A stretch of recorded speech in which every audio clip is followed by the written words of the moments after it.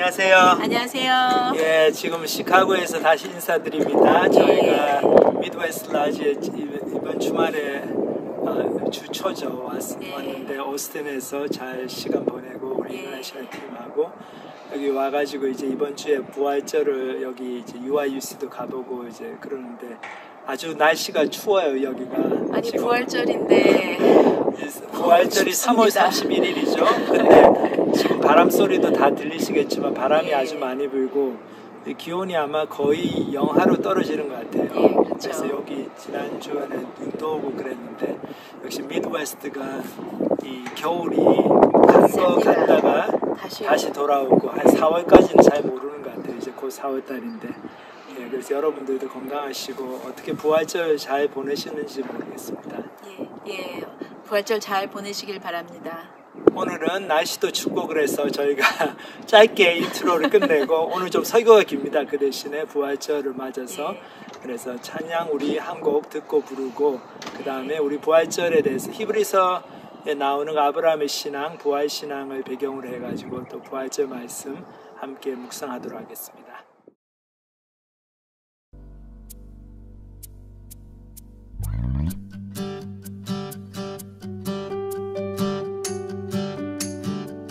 주 하나님 독생자 예수 날 위하여 오시었네.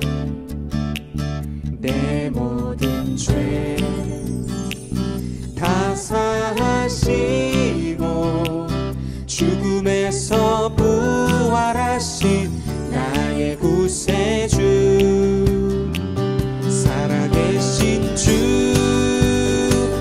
나의 잠든 소망 걱정 근심 전혀 없네.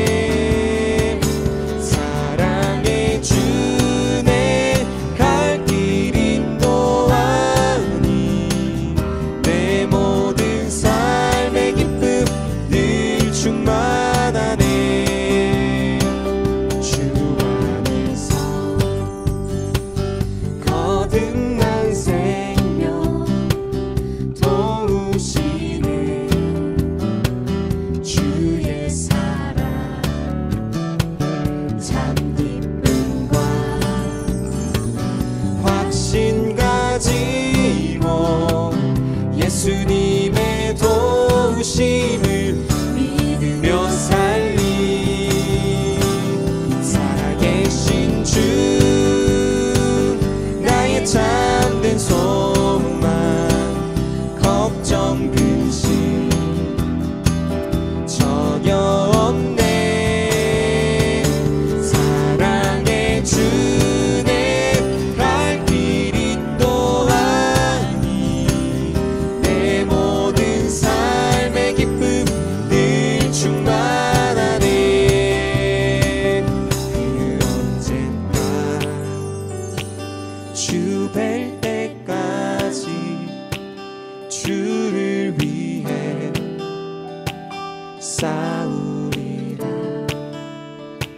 승리의 길 멀고 험해도 주님께서 나의 앞길 지켜주시리.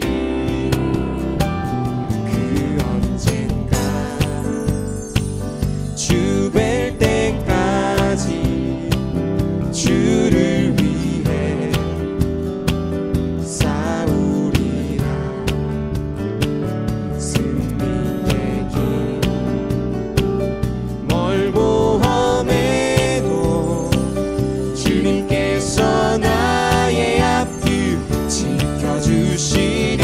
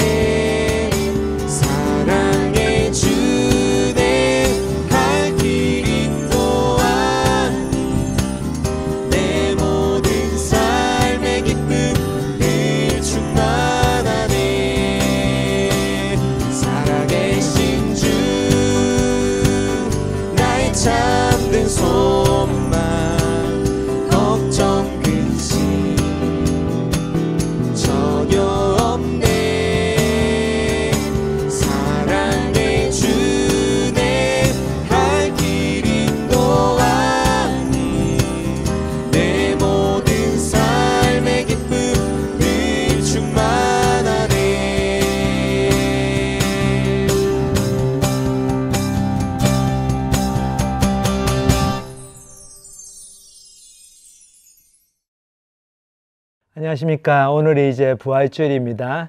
3월 31일, 오늘 3월 31일 부활절이고, 지나간 금요일이 바로 3월 29일 예수님께서 십자가에서 고난받으시고 저희의 죄를 위해서 피 흘려 돌아가신 그 성금요일이죠. 굿 프라이데이라고 하는데, 그래서 이 기독교 신앙은 바로 이 성금요일 예수님의 십자가 죽음과 그리고 이스터라고 그러죠. 부활절, 그 두 가지에 기초를 하고 있습니다. 근데 이 두 가지 사건이 다 역사적인 사건이죠. 그래서 저희들 역사적으로 예수님께서 십자가에서 처형당하셨다, 그거를 본디오 빌라도 그 로마 총독에서 처형당하셨다는 그 사실을 저희들이 꼭 성경이 아니더라도 다른 그런 세속적인 그런 역사 문헌을 통해서도 저희들이 확인할 수가 있습니다.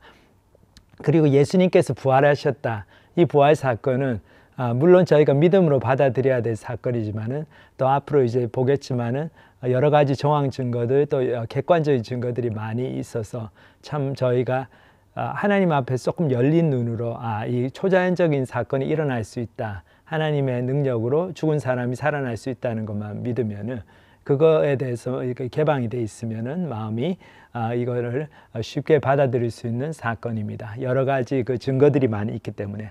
그래서 이 구약 성경 아니 신약 성경에도 보면 이 고린도전서 15장에서 사도 바울 선생님이 이런 얘기를 하죠. 얼마나 이 우리의 믿는 이 기독교 신앙이 부활 사건, 예수님께서 그 무덤의 그 죽음의 권세를 박차고 부활하셨다. 하나님 아버지께서 예수님, 당신의 아들 예수님을 그 죽음의 권세로부터 이렇게 부활시키셨다.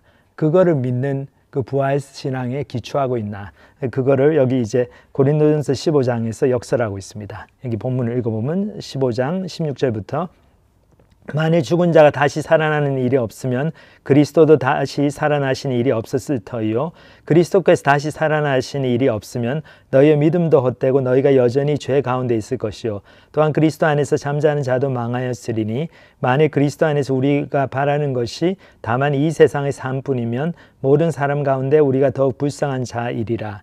그러나 이제 그리스도께서 죽은 자 가운데서 다시 살아나사 잠자는 자들의 첫 열매가 되셨도다. 자, 여기 보면은 죽은 자가 살아나는 일이 없으면은 예수님도 살아나지 못했을 것이고, 그러면 우리의 믿음도 헛되고 우리가 여전히 죄 가운데 있을 거다, 그 얘기를 하고 있습니다. 그래서 이제 하는 얘기가 여기 사도 바울 선생님이 그리스도 안에서 우리가 바라는 것이 다만 이 세상의 삶뿐이며, 그러니까 우리가 주님을 믿고 나가지고 그저 원하는 게 이 세상에서 사업자 되고 자녀들이 건강하고 성공하고 출세하고 그런 거면은 이거는 우리가 모든 사람들 가운데 불쌍한 자라는 거죠. 그런 것을 추구하기 위해서, 그런 것을 좀 잘 되게 하기 위해서 예수 믿는 게 아니라는 거죠. 그런 거는 뭐 자기가 노력해서 잘 될 수도 있고, 뭐 다른 뭐 부처님을 믿어서 잘 될 수도 있고, 귀신의 도움을 받아서 잘 될 수도 있고, 그렇죠. 근데 정말 예수님을 믿는 이유는 뭡니까? 천국에 대한 소망이죠. 우리의 가장 큰 문제인 죽음의 문제가 해결이 되고, 내가 오늘 죽으나 뭐 10년 후에 죽으나 50년 후에 죽으나 이 죽는 거는 마찬가지인데, 그 죽음 이후에 하나님 앞에 우리가 심판을 받을 텐데, 그 심판에서 예수님의 피로 내가 그 심판에 면할 수가 있고, 그 다음에 하나님께서 예비하신 그 천국으로 들어갈 수 있다는 거죠.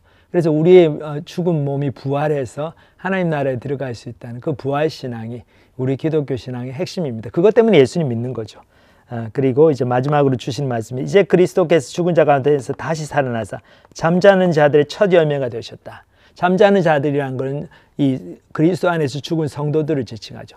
그 성도들의 삶은 그 하나님 안에서의 그 영생을 누리고 천국을 바라보는 삶이고, 그리고 성도들의 죽음도 영원한 죽음이 아니죠. 성경은 이거를 잠자고 있다, 그렇게 비유합니다.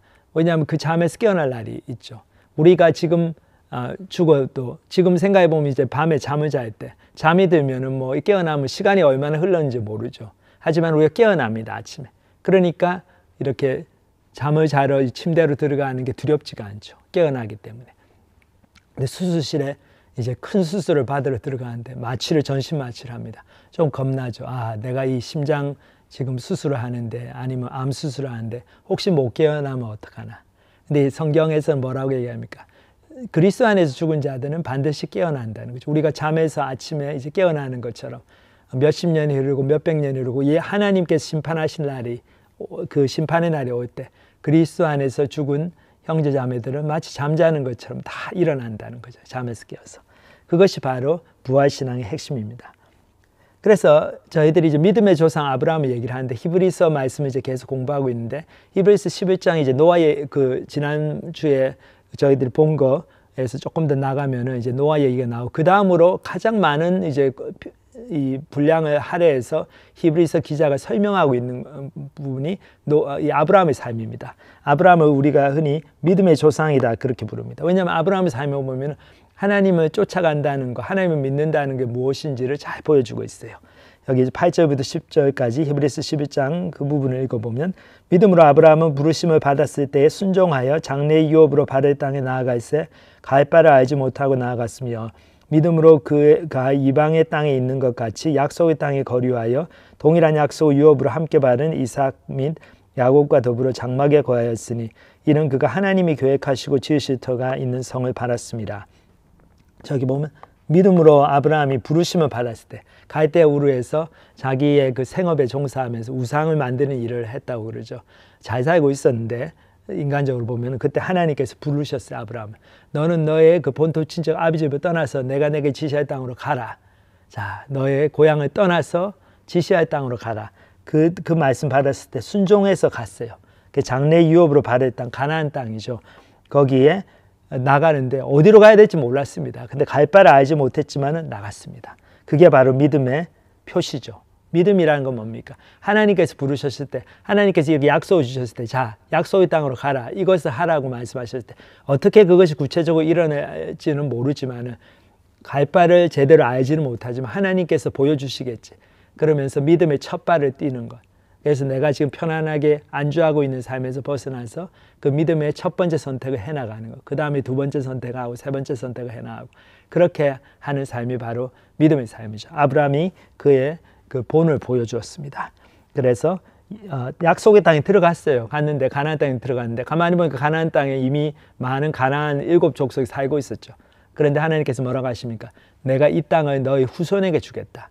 너는 그러니까 이 땅을 떠나지 말고 지금 당장 이 땅이 너희 땅은 안 되겠지만 여기서 살아야 된다. 그래서 나그네와 객으로 천막을 치면서 그렇게 살았습니다. 평생 동안. 그리고 당신의 아들 이삭 야곱과 함께 그렇게 살았죠. 이삭이 아들이고 이제 야곱하고 이 에서가 손자였죠.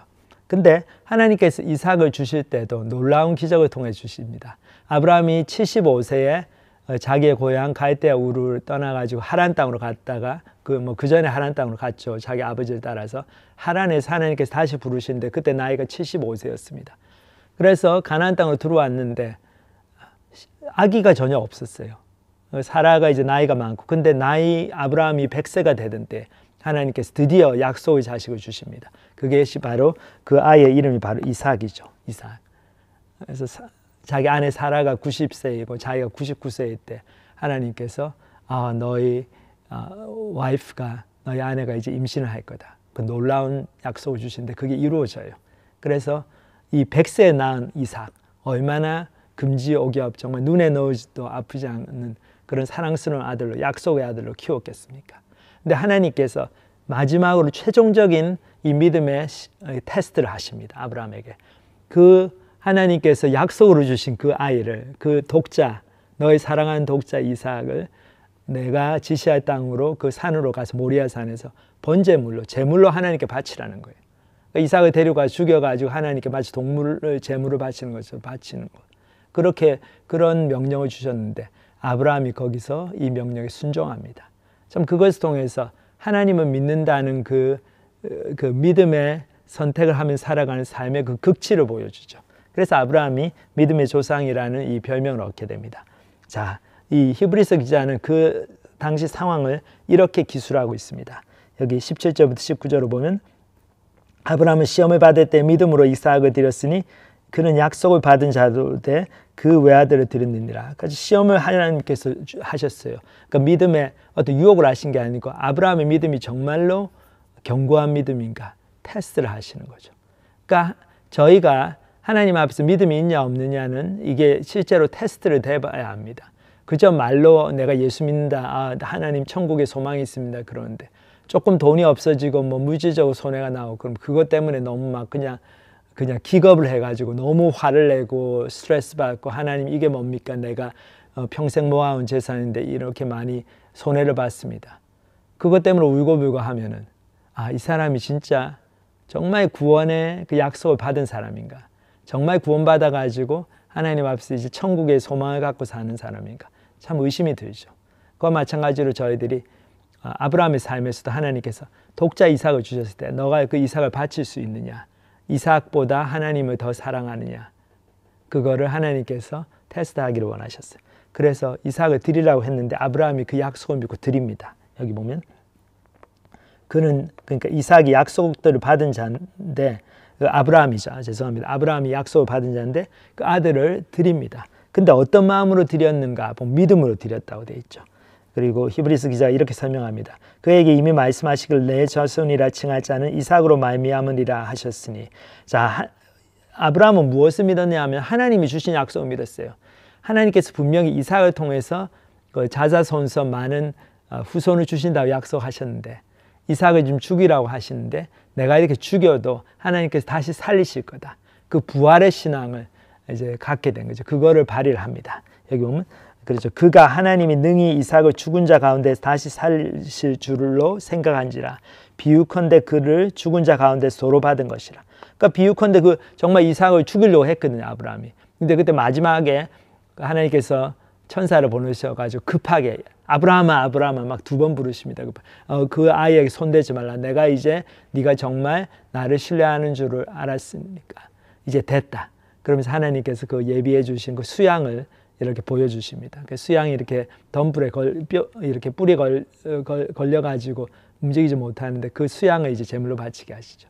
자, 이 사건을 히브리서 기자는 해석하면서 아브라함이 부활의 신앙이 있었기 때문에 지금 독자 이삭이 죽더라도 하나님께서 반드시 다시 살려주실 것이다. 그 믿음이 있었기 때문에 이것을 할 수 있었고 바로 그 부활의 신앙이 우리의 믿음의 본질입니다. 그러니까 우리가 예수님의 부활을 믿고 또 나의 몸의 부활을 믿는가 안 믿는가 그 부활 신앙이 얼마나 저희들이 철저하게 그 신앙이 믿음의 우리의 뼛속 깊이 들어와 있는가에 따라 가지고 저의 삶에 이 정말 믿음의 삶을 사는가 그렇지 못한가가 결정이 됩니다.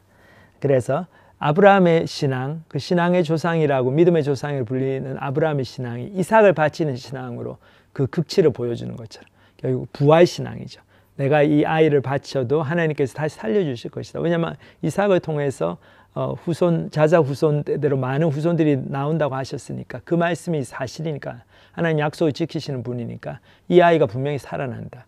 그 부활 신앙이 아브라함의 신앙의 극치였고 그것을 저희들한테 아브라함의 삶을 통해서 보여주심으로 이미 구약 때부터 예수님이 오시기 전 2000년 전부터 이 하나님께서 죽은 자 가운데서 당신의 백성을 살리신다고 하는 그 부활 신앙은 이렇게 태동이 돼가지고 면면이 내려오고 있었습니다. 그래서 저희가 얘기한 믿음이라고 하는 게 결국 본질적으로는 하나님이 죽은 자를 살리실 수 있다. 다 끝난 줄 알았는데 사실 죽음이라는 게 가장 큰 절망이죠. 절망적인 상황 속에서도 절망하지 않을 수 있고 하나님이 다시 모든 것을 회복시켜 주신다는 그 부활 신앙, 그것이 바로 참된 믿음이죠. 그래서 히브리서 11장 6절을 보면 믿음이 없이는 하나님을 기쁘시게 하지 못하나니 하나님께 나아가는 자는 반드시 그가 계신 것과 또한 그가 자기를 찾는 자들에게 상 주시는 이심을 믿어야 할지니라. 그러니까 우리가 믿음을 발휘해야지 하나님을 기쁘시게 할 수 있어요. 하나님과 교제가 됩니다. 그러니까 누가 그러더라고. 성경은 다 이게 해석하기 나름이다. 그 말씀이 맞습니다. 귀에 걸면 귀걸이고 코에 걸면 코걸이다. 그 얘기가 일정하게 맞는 이유가 성경 말씀을 믿음의 눈으로 보면은 이게 다 이해가 돼요. 야, 하나님께서 이렇게 역사하셨고 하나님의 인도하심이 이렇고 그 영적인 눈이 열려 보이는데 믿음의 눈으로 보지 않고 우리의 일반 상식 또 우리가 그냥 자연 철학, 자연 과학적인 그런 자연주의 세계관으로 보면은 물질적인 세계 외에는 다른 세계가 없다. 그런 눈으로 보고 그런 식으로 해석을 하면은 부활을 해서 목격자들이 있어도 그것도 환상을 본 거고 잘못 심리적인 그런 어떤 충동에 의해서 헛거를 본 거고 그런 식으로 다 해석을 해버리죠. 그러면은 믿음을 가질 수가 없습니다.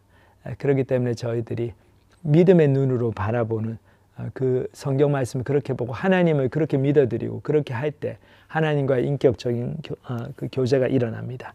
그래서 하나님께 나아가는 자는 하나님께 우리가 나아가서 하나님을 경험하고 싶은 사람들은 믿어야 돼요. 뭘 믿어야 되냐면 반드시 그가 계신 것을 믿어야 되고 조금 안 믿어져도 믿음을 발휘해야 됩니다. 하나님이 계시다면은 내가 믿겠습니다. 그리고 하나님이 계시다고 이렇게 믿어드리고 기도하면은 그 기도를 하나님께서 응답하시는 것을 경험하게 됩니다. 그럼 그걸 통해서 우리 믿음이 자랍니다. 근데 처음에 우리가 그 믿음을 걸지를 않으면 하나님이 나한테 100% 믿음을 주시기 전까지는 확신을 주시기 전까지 나는 기도도 안 하겠고 나는 아무것도 안 할 거다. 그러면은 그 사람은 자기한테 있는 그런 하나님을 아는 지식을 가지고 믿음을 발휘할 수 있는데도 조그마한 믿음을 발휘할 수 있는데도 그걸 안 하기 때문에 하나님을 기쁘시게 하지 못하고 하나님과 관계가 진전이 없습니다. 그렇기 때문에 저희가 예수님을 믿기 전부터도 그 믿음을 발휘해야 돼요. 하나님이 계실지도 모른다는 그 생각에 우리의 마음을 걸고 우리의 어떤 선택을 해나가야 됩니다. 그것이 바로 믿음이죠. 그래서 하나님께 나아가는 자는 반드시 그가 계신 것을 믿어야 되고 또 하나 뭘 믿어야 됩니까? 하나님께서 응답하시는 하나님이시라는 걸 믿어야 된다는 거죠. 또한 그가 자기를 찾는 자들에게 상 주시는 이심을 믿어야 할지니라. 하나님 우리가 기도하면 응답하시고 우리가 하나님 기쁘시게 하면 상을 주시고 응답하시는 하나님, 반응하시는 하나님. 그러니까 우리가 하나님의 말씀에 하나님의 약속에 반응을 보이면 하나님도 우리에게 반응을 보여서 그래서 주거니 받거니 하면서 인격적인 관계가 점점 형성이 되는 거죠. 그것을 저희들이 기억하고 우리가 아직 예수님을 확실히 믿지 않더라도 내가 있는 자리에서 내가 발휘할 수 있는 믿음을 발휘해서 하나님을 경험해 나가야 됩니다. 자, 그래서 오늘은 그런 부활신앙이 어떻게 해서 우리한테 정말 명백하게 들어올 수 있는가, 그 부활의 그 첫 번째 목격자들에 대한 사건을 잠깐 살펴보겠습니다. 아브라함이 갖고 있던 부활신앙이 그것이 예수님의 부활을 통해서 완전히 확실해졌죠. 그리고 예수님의 부활을 통해서 우리가 어떻게 해서 부활을 하게 되는가, 우리가 이게 죄인인데 어떻게 해서 우리의 죄가 다 용서함을 받고 사망 권세 아래에서 우리가 그 권세를 이기고 부활하게 되는가, 하나님께서 우리를 부활시킬 수 있는가, 그 진리를 깨닫게 됩니다. 여기 이제 빈 무덤, 예수님께서 돌아가시고 나가지고 이틀이 지나가지고 그 안식 후 첫째 날, 그 오늘날 얘기하면 썬데이죠. 예수님은 금요일날 돌아가셨는데 이 주일날 새벽에 이 여자들이 예수님의 무덤으로 갑니다. 그런데 여기서 이제 놀라운 사건이 벌어지죠.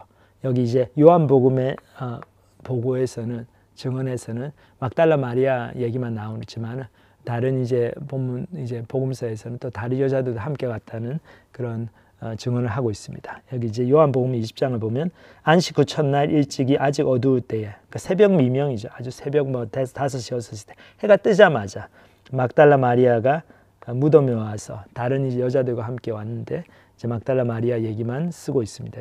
무덤에 와서 돌이 무덤에서 옮겨진 것을 보고, 자, 무덤에 온 이유가 이 여자들이 향품을 가지고 와서 예수님의 시신을 이렇게 염을 하려고 좀 이렇게 피도 다 닦아드리고 다 이렇게 향으로 이렇게 깨끗하게 해드리려고 왔어요. 근데 봤더니 무덤이 이제 유대인들의 무덤이 이렇게 동굴처럼 해가지고 이 안에 다 이렇게 돌 같은 거 깎아놓고 그래서 시체를 이렇게 놓을 수 있는 반듯한 돌판을 이렇게 만들어 놓고 그런 돌무덤인데, 그러니까 그 입구는 보통 다른 돌로 이렇게 막습니다. 근데 그 입구가 열려 있는 거예요. 원래 이게 입구가 닫혀 있던 그 큰 돌로 막아놨던 그 돌이 굴러져 가지고 나가 있고 입구가 열려 있습니다. 깜짝 놀랐겠죠. 너무 놀래가지고 그 안을 체크도 못 해보고 겁이 나잖아요.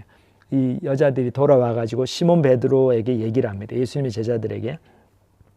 시몬 베드로와 예수께서 사랑하시는 그 다른 제자, 예수께서 사랑하시는 다른 제자가 요한이죠. 요한은 정말 자기 이름을 안 쓰고 자기가 그렇게 사랑 많이 받았다는 걸 좀 은근히 자랑을 하는 것 같아요. 여기 보면 시몬 베드로와 예수께서 사랑하시는 다른 제자, 그러니까 요한, 사도 요한이죠. 에게 달려가서 말하되 사람들이 주님을 무덤에서 가져다가 어디 두었는지 우리가 알지 못하겠다 하니 베드로와 그 다른 제자 베드로와 요한이 나가서 무덤으로 갈새 둘이 같이 다름질하더니 그 다른 제자가 요한이죠. 요한이 베드로보다 더 빨리 달려가서 먼저 무덤에 이르러 구피로 세마포 놓인 것을 보았으나 들어가진 아니하였더니 이렇게 요한이 좀 달리기 더 잘했던 것 같아요. 요한이 먼저 뛰어가지고 무덤에 도착해서 들어가기는 조금 자기도 겁나니까 이렇게 보니까 세마포라는 게 뭡니까? 예수님께서 입으셨던 그 수의죠. 그 십자가에서 이렇게 처형당하셨을 때는 발가벗김을 당했는데 이제 내려와가지고 무덤에 들어가기 전에 이렇게 우리 한국말로 얘기하면 그 흰 수의죠. 그 시체를 입히는 옷, 그 옷을 사람들이 입히셨어요. 입혔는데 그 옷이 잘 개어져가지고 입고 예수님은 없는 거예요. 요한이 보니까 엄마 무덤이 비었네 이 생각을 하죠. 근데 베드로가 딱 와가지고 베드로는 들어갑니다. 여기 보면 시몬 베드로는 따라와서 무덤에 들어가 보니 세마포가 놓였고 또 머리를 쌌던 수건은 세마포와 함께 놓이지 않고 딴 곳에 쌌던 대로 놓여 있더라. 참 재밌어요. 여기 보면 머리를 쌌던 수건은 딴 데 놓여 있다. 이거는 마치 예수님께서 이렇게 부활하셔가지고 옷을 이 세마포로 벗으시고 머리에 땄던 수건도 벗으시고 따로 이렇게 정돈해 놓으신 듯한 그런 묘사를 하고 있습니다. 그때야 무덤에 갔던 그 다른 제자도 그 요한도 들어가 보고 믿더라. 요한이 먼저 도착했죠. 요한은 겁이 나서 못 들어가다가 베드로가 와가지고 들어가서 보고 나오니까 들어가도 안 죽겠구나 해가지고 요한도 들어가서 보고 이제 믿어서 예수님의 시체가 없어졌다. 그것을 믿게 됐습니다. 그래서 그들은 성경에 그가 죽은 자 가운데서 다시 살아나야 하리라 하신 말씀을 알지 못하더라. 이게 알지 못하는 게 사실은 아니죠. 예수님께서 3번이나 말씀하셨어요. 내가 인자가 예수님께서 이 제사장들과 그 공회 이 유대 종교 지도자들에게 고난을 받으실 십자가에 죽으실 거다. 근데 3일 후에 내가 하나님께서 나를 살리리라 부활하리라 그 말씀을 주셨는데 제자들이 그 말씀을 이해를 잘 못했어요. 무슨 말씀인지. 그리고 이제 예수님이 돌아가시니까 너무 이제 트라우마가 생긴 거죠. 그 트라우마 때문에 뭐 예수님이 무슨 말씀하셨는지 기억도 못하고 그냥 공포에 벌벌 떨고 있었는데 이제 이 여자들이 무덤에 갔다 와가지고 무덤이 비어있다. 와보니까 진짜 비어있네. 그래서 깜짝 놀랐습니다. 그리고는 참 재밌어요. 여기 보면 이에 두 제자가 자기들의 집으로 돌아가니라. 베드로와 요한은 집으로 가버렸어요. 그래서 이 무덤 예수님의 시체가 어디 있지 생각하고 누가 시체를 가져갔나 보다 시체가 도둑 맞았나 보다 그러고는 가버렸는데 그 여자들은 남아 있었습니다. 특별히 막달라 마리아는 남아 있었어요. 여기 뭐 이제 앞에 그 구절부터 다시 읽으면 이에 두 제자가 자기들의 집으로 돌아가니라. 자, 베드로하고 요한은 집으로 돌아가 버렸는데 마리아, 그 막달라 마리아 처음에 와가지고 예수님의 무덤이 비어 있다는 걸 사실을 목격한 이 여자는 예수님에 대한 충성심과 사랑이 너무 강했죠. 그래서 어떻게 했으면 시체를 찾아야 되나 어떡하냐 하면서 무덤 밖에서 울고 있었어요. 그래서 울면서 구부려 가지고 무덤 안을 보니 허연 옷을 입은 사람들이 보이는 거죠. 무서웠을 것 같아요. 그렇죠? 흰 옷 입은 두 천사가 예수의 시체에 누웠던 곳에 하나는 머리편에 하나는 발편에 앉았더라. 천사들이 이르되 여자여 어찌하여 우느냐. 자, 여기 어찌하여 우느냐. 마리아의 눈물에 대해서 천사들이 얘기합니다. 왜 우냐? Why are you crying? 그때 이제 마리아가 이 천사인 줄은 잘 모르고 뭐 천사인 줄 알았어도 마리아의 하나 유일한 관심사는 뭡니까? 도대체 우리 주님 예수님을 어디다가 두었느냐? 예수님의 시체가 어디 갔습니까? 그 대답을 알아야 되는 거죠. 그래서 사람들이 내 주님을 옮겨다가 어디 두었는지 내가 알지 못함이니이다. 이 질문을 합니다. 천사들에게. 당신 뭐 천사인지 뭐 사람인지 모르겠는데 여기 무덤 안에 있었으니까 예수님의 시체를 누가 치웠습니까? 누가 옮겼습니까? 얘기해 주십시오. 어디 가면 발견할 수 있습니까? 알려주십시오. 그렇게 얘기를 하죠. 근데 여기서 이제 그 말을 하고 딱 돌이키는데 예수님이 딱 계셨어요. 여기 이 말을 하고 뒤로 돌이켜 예수께서 서 계신 것을 보았으나 예수이신 줄은 알지 못하더라. 그러니까 예수님이 뒤에 계셨지만 보고는 아마 예수님이 부활하시고 나서 이제 깨끗한 형체로 이제 새로운 그 부활의 몸을 입고 오시니까 제자들도 그렇고 이 여자 막달라 마리아도 그렇고 예수님을 이게 예수님이다 이분이 예수님이시다는 걸 알아보는데 시간이 꽤 걸렸어요. 그리고 뭐 예수님이 나타나시라는 거라고는 상상도 못했으니까. 근데 예수님도 굉장히 이렇게 사랑스럽게 두 가지 중요한 질문을 하십니다. 예수께서 이르시되 여자여 어찌하여 울며 누구를 찾느냐? 왜 우니? 그리고 누구를 찾니? Why are you crying? And whom are you seeking? 그거죠. 근데 참 이 두 가지 질문이 마리아의 마음을 쳤을 것 같아요. 아, 내가 왜 이렇게 울고 있고 내가 누구를 찾는지, 지금 이 사람이 관심이 있구나, 그리고 이 사람이 나한테 그 대답을 알려줄 수 있구나. 그래서 이 설명합니다. 마리아는 그가 동산직인 줄 알고, 여기에서 일하는 분이시구나, 이 무덤하고 동산 여기 공동묘지를 관리하는 분이구나 해서 관리는 아저씨 잘 됐습니다, 감사합니다, 도와주시려고. 그래서 주여 당신이 옮겼거든 어디 두었는지 내게 이르소서, 그리하리면 내가 가져가리이다. 자, 이렇게 얘기를 하니까 예수님 그때 마리아야 하시거든요. 예수님이 마리아 이름을 부르십니다. 그러니까 마리아가 깜짝 놀랐겠죠. 아니, 이 동산지기가 어떻게 내 이름을 알지?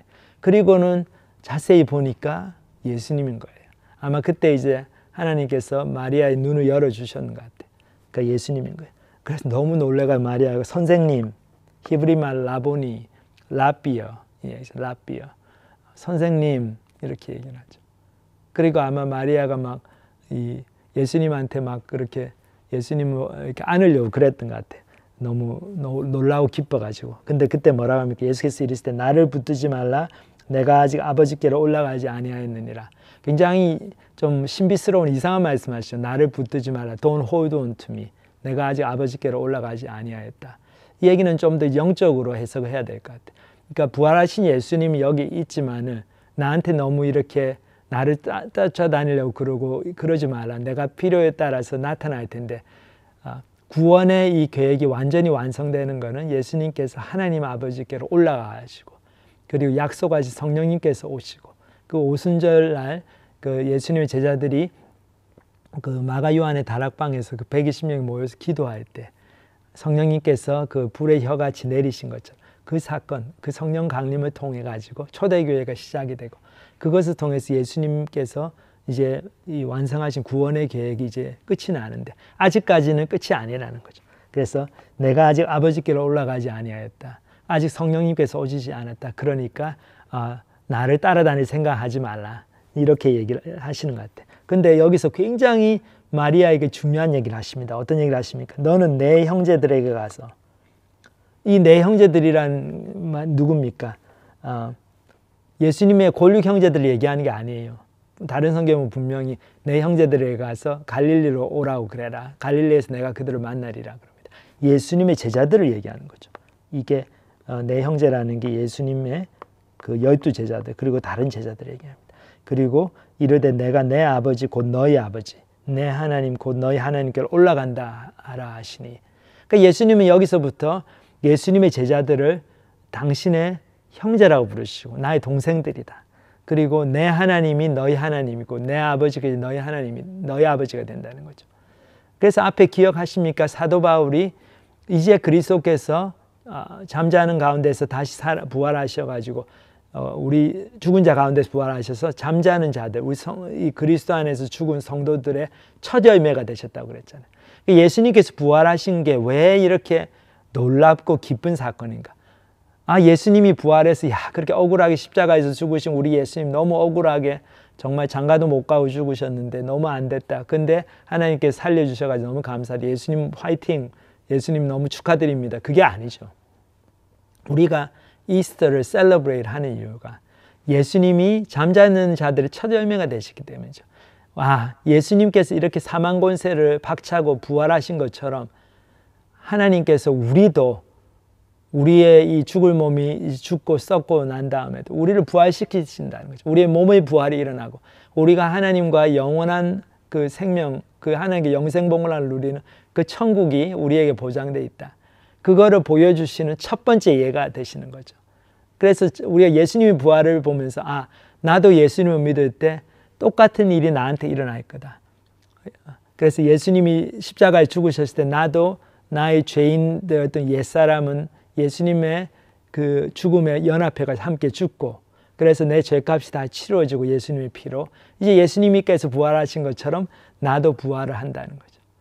그래서 그 소망 때문에 우리가 부활절을 기념하고 축하하고 너무 기뻐하고 그런 거죠. 예수님의 부활이 나의 부활로 연결이 되기 때문에. 그래서 그 증거가 어디 있습니까? 바로 여기죠. 이제 예수님은 당신을 따른 제자들을 형제라고 부르세요. 왜 그렇습니까? 이제 하나님 아버지가 예수님의 아버지일 뿐만 아니라 이 예수님의 제자들의 아버지가 되시는 거죠. 이 부활 사건을 통해서 놀라운 구원의 그 소식이 여기서 선포되고 있습니다. 자, 그래서 막달라 마리아가 가서 제자들에게 내가 주를 보았다. 또 주께서 자기에게 이렇게 말씀하셨다. 이르니라. 그러니까 여기 성경을 보면은 부활의 증인들이 참 특이합니다. 본디오 빌라도 예수님을 잡아 죽인 유대 총독이라든지 대제사장, 예수님을 죽인 사람들, 예수님을 안 믿고 예수님을 거부한 사람들에게는 예수님이 나타나시지 않으셨어요. 어떤 사람들에게 예수님이 자기의 부활하신 몸을 보여주셨냐? 예수님의 제자들, 예수님을 따르는 사람들, 예수님을 사랑했던 사람들, 예수님을 끝까지 믿어드렸던 사람들에게 나타나셨습니다. 그래서 예수님 제자 중에 도마 같은 사람은 제자들 다 있었을 때 화장실을 갔는지 없었어요.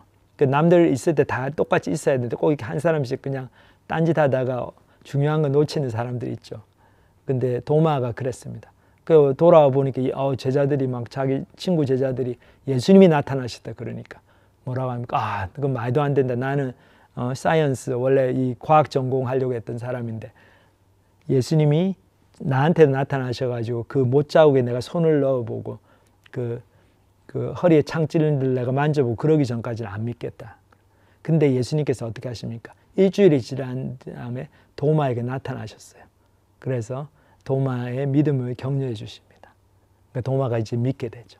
그러니까 예수님의 제자들이 예수님을 따랐던 사람들에게 예수님이 나타나셨습니다. 그리고 약속을 말씀해 주십니다. 그 이유가 뭡니까? 이 부활의 증인이 되는 게, 부활의 신앙을 갖게 되는 거는 단순히 이렇게 살아나신 예수님을 그 눈으로 보는 어떤 그런 체험을 통해서 되는 게 아니죠. 저희들이 어떤 그런 초자연적인 체험은 언제든지 의심할 수 있습니다. 왜냐하면 우리가 헛것을 볼 수 있잖아요. 뭐 배가 너무 고픈데 뭐 여기 먹을 게 없는데 여기 뭐 통닭이 보이기도 하고 그렇지 않습니까? hallucination이라고 하죠. 환각 상태에 들어가서 헛것을 봅니다. 저희가 어떤 정신분열증 증상으로도 그럴 수가 있고. 그렇기 때문에 우리가 그냥 보고 듣고 하는 거, 초자연적인 거를 뭐를 보고 하는 건 언제든지 그때는 뭐 너무 좋아가지고 막 그냥 난리를 치고 그럴지 몰라도 예수님 쫓아가는 게 힘들어지고 여러 가지 내가 이제 예수님을 쫓아가기 위해서 고난을 갖다 감수해야 되고 그러면 본전 생각이 나죠. 비용이 너무 심하네, 희생이 너무 크네. 그러면 어떻습니까? 나한테 나타나셨던 예수님을 의심합니다. 그때 내가 너무 예수님 보고 싶어 해가지고 헛걸 본만 본다. 그것도 어떻게 아니? 요새 예수님 나타나시지 않는데 옛날에 본 게 잘못됐나 보다. 그렇게 의심하죠. 근데 어떤 사람만이 부활의 신앙을 계속해서 견지할 수 있는가? 고난이 있더라도 하나님의 말씀을 공부하는 사람, 하나님의 말씀에 초점을 맞추는 사람.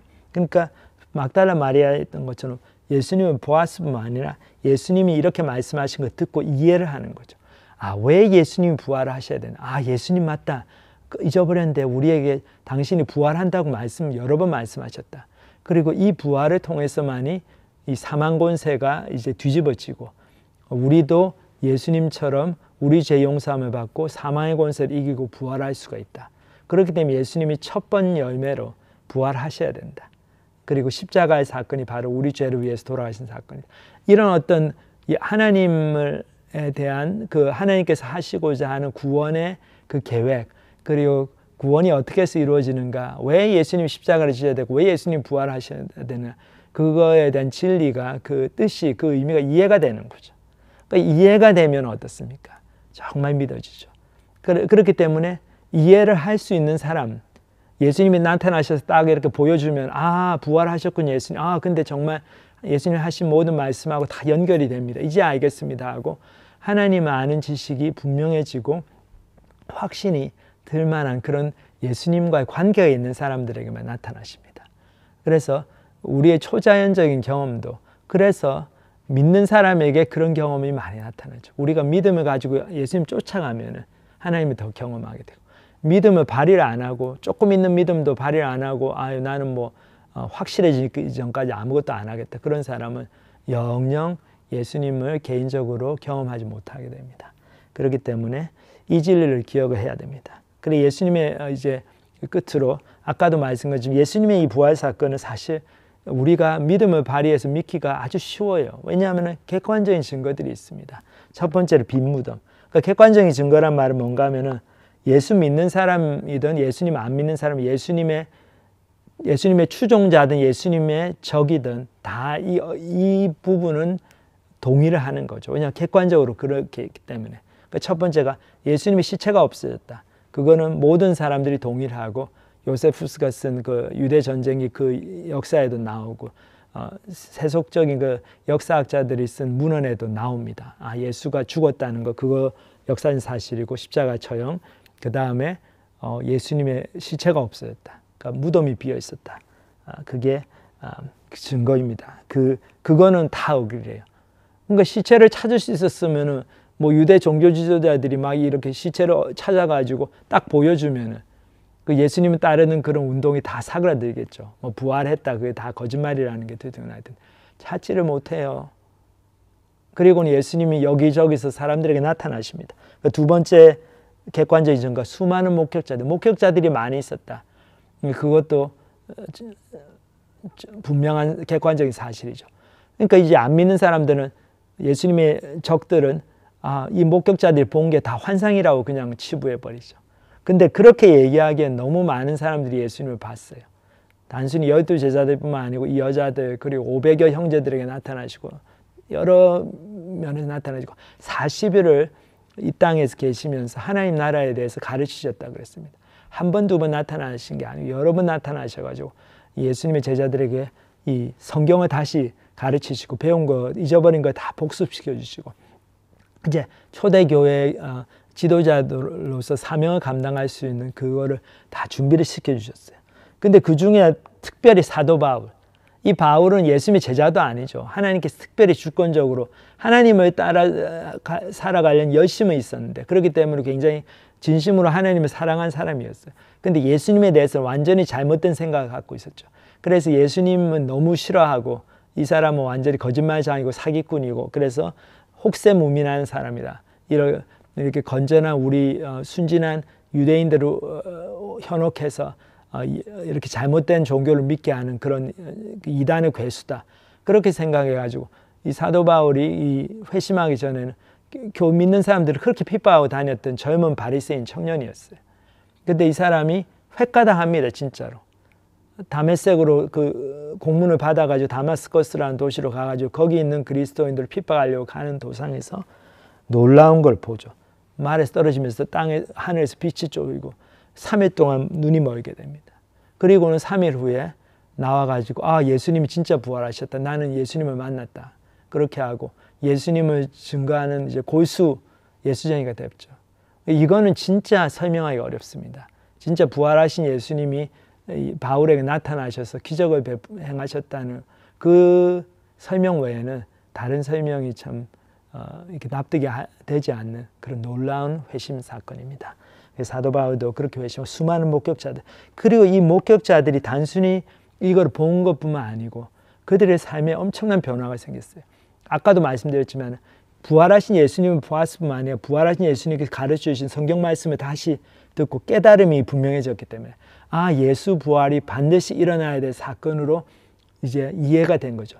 그냥 예수님이 그냥 우연찮게 부활하셔서 잘 됐습니다. 그게 아니고 우리의 구원을 위해서 반드시 일어나야 된 하나님의 구원 계획의 절정이 되는 그 사건이다. 그거에 대해서 딱 이해가 되니까 골수로 그걸 믿게 되는 거죠. 그래서 죽음이 오든 핍박이 오든 이 사람들은 믿음을 저버리지 않았어요. 예수님을 쫓아갔습니다. 그냥 부활신앙이 있으니까 네가 나를 죽여도 나는 부활하고 천국에 간다. 너는 지옥 가지만. 그러니까 네가 진짜 불쌍하다. 막 이런 담대한 믿음을 갖게 된 거죠. 그래서 예수 신앙 운동이 폭발적인 성장을 이루게 됩니다. 이것도 객관적인 사실이죠.